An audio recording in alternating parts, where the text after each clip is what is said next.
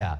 And I want to hand over to the business editor right here at Standard Media Group, Peter Wakaba, on the other side of the studio. Peter, I'm a fond user of e-citizen, but does digitization go beyond e-citizen when you talk about digitizing public sector?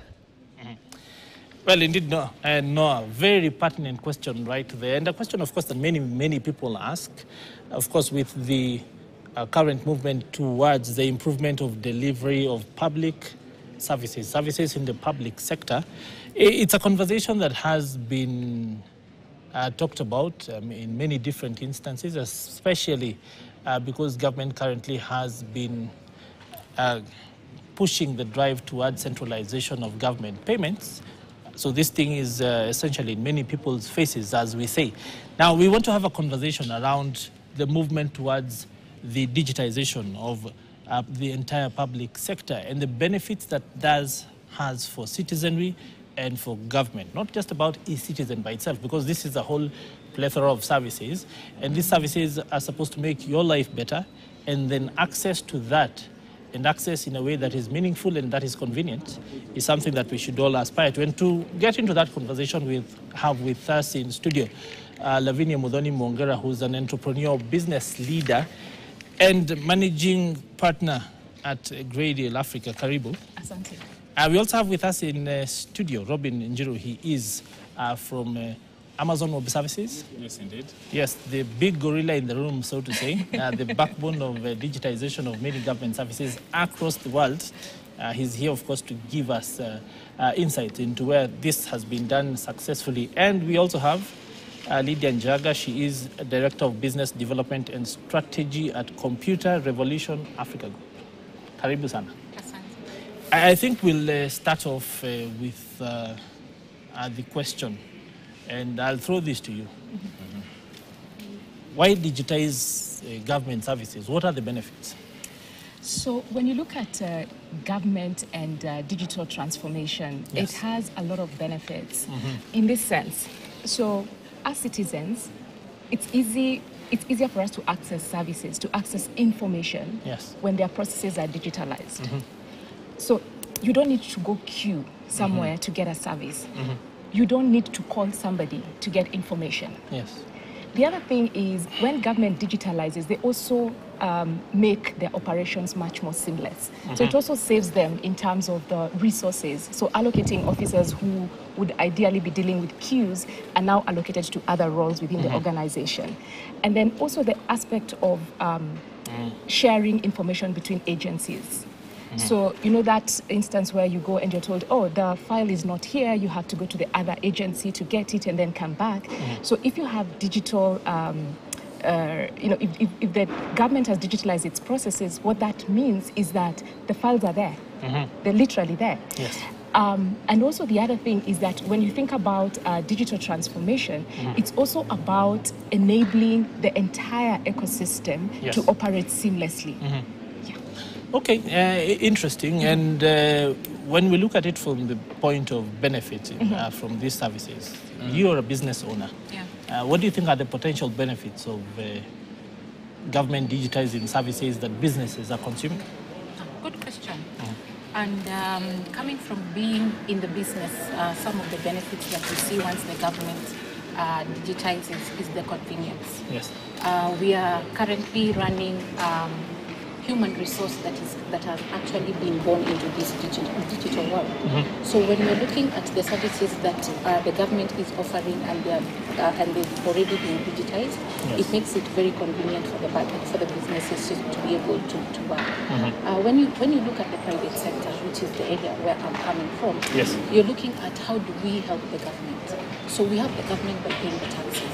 If you're able to actually get these resources in a convenient manner, then you're going to encourage us who are in the private sector to be able to support the government. Okay, I'll cut you off right there and go to Robin, because essentially Kenya is not reinventing the wheel. We know that many governments across the world have been driving this change into service delivery from a digital perspective. Talk to us about excellence and where this has been done properly, examples that we can learn from, and what we should be looking out for? So thank you for that, Peter. And we see a very interesting perspective because as the world's leader in terms of offering cloud computing, which is the online delivery of IT services on the internet on a pay-as-you-go basis, we get the opportunity to work with organizations, governments, and startups across the world. Yes. Thinking at a high level about governments that are doing, so I'll give you about 2 or 3 examples. Yes. For example, at the onset of COVID, we partnered together with the government of Egypt to be able to literally put their national curriculum from grade 1 to what we call grade 12 or form 4 in the old system in a matter of 4 days. Of course, there had been some work that had been done prior to that, but it just starts to give you the extent of what excellence looks like when you think about the national curriculum getting onto a platform that is accessible from any part of the world. Closer to home, just down in South Africa, again, during the same period, COVID was a catalyst for a lot of innovation. We're able to work with the government of South Africa to develop a citizen engagement platform that allowed them to not only just access or register for COVID, but also be able to review and be able to give feedback at a municipal level. Now, when you think about that, then that makes digital services, not just for the sake of it, but they become then citizen-centric. Because on one hand, we're talking about enhancing access to education. On the other hand, we're talking about enhancing access to services, but also being able to give live feedback that then enables this to be accelerated or corrected or improved. Lavinia, we've often talked about the move towards devolution so that we can take services closer to the people. But we often do not talk as much as we should about standardization of the quality of service. Would a move like this, offering services from a digital perspective essentially, make that a reality, that a person in Wajir can expect the same level of service as a person in Nairobi? Absolutely. First of all, the fact that, you know, the technology or the platform is one, it means that the experience is the same. So if I'm looking to, say, apply for a passport, my experience, if I'm in a marginalized county or I'm in Nairobi, it means that I'm actually going to the portal, I'm getting the same information, I'm getting the same experience. However, one of the things maybe we need to also look at is technology can also impede access. Whilst it can enable access, it can also impede access, especially in places where connectivity is not available. So if, say, everything is online and the infrastructure is not there, then it also means that the people there might not be able to access those services. So it is important as we think about digital transformation to also think about infrastructure, and that it's not just about putting everything online, it's also ensuring that it's accessible. So accessibility is very, very important when you talk about service delivery. Which then brings us back to Robin and the role that AWS has been playing when it comes to helping governments make this reality. What role can organizations such as yours then play in creating the necessary backbone, the infrastructure, the things that we need to make sure that this is working and working on as the way it should and consistently? So as a starter, actually, Kenya is in a very interesting space. When you have a president and government that are really leading that digital fast kind of conversation, it means that there's a lot of change management happening all across. And it also means that Kenya has already and traditionally been considered a regional hub in terms and regional leader in terms of technology adoption. And therefore, it's no surprise that organizations like ours see Kenya as a hub that they operate from. What that then brings is several things. Number one is you're then able to bring the benefits of global level kind of innovation to a local perspective and that takes cognizance of local nuances.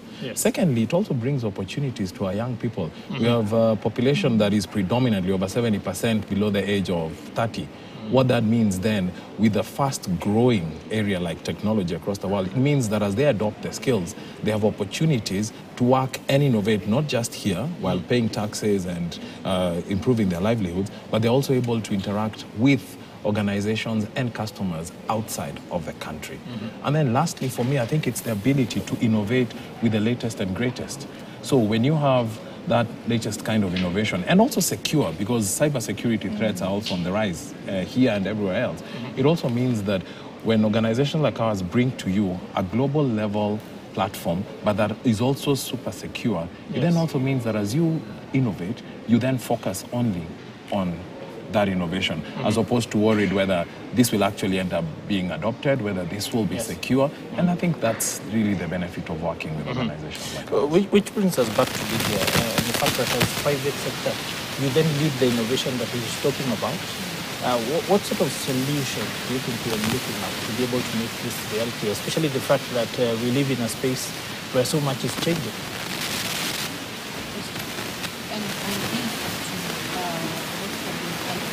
talking about the choices that we are allowing other people to access being secure.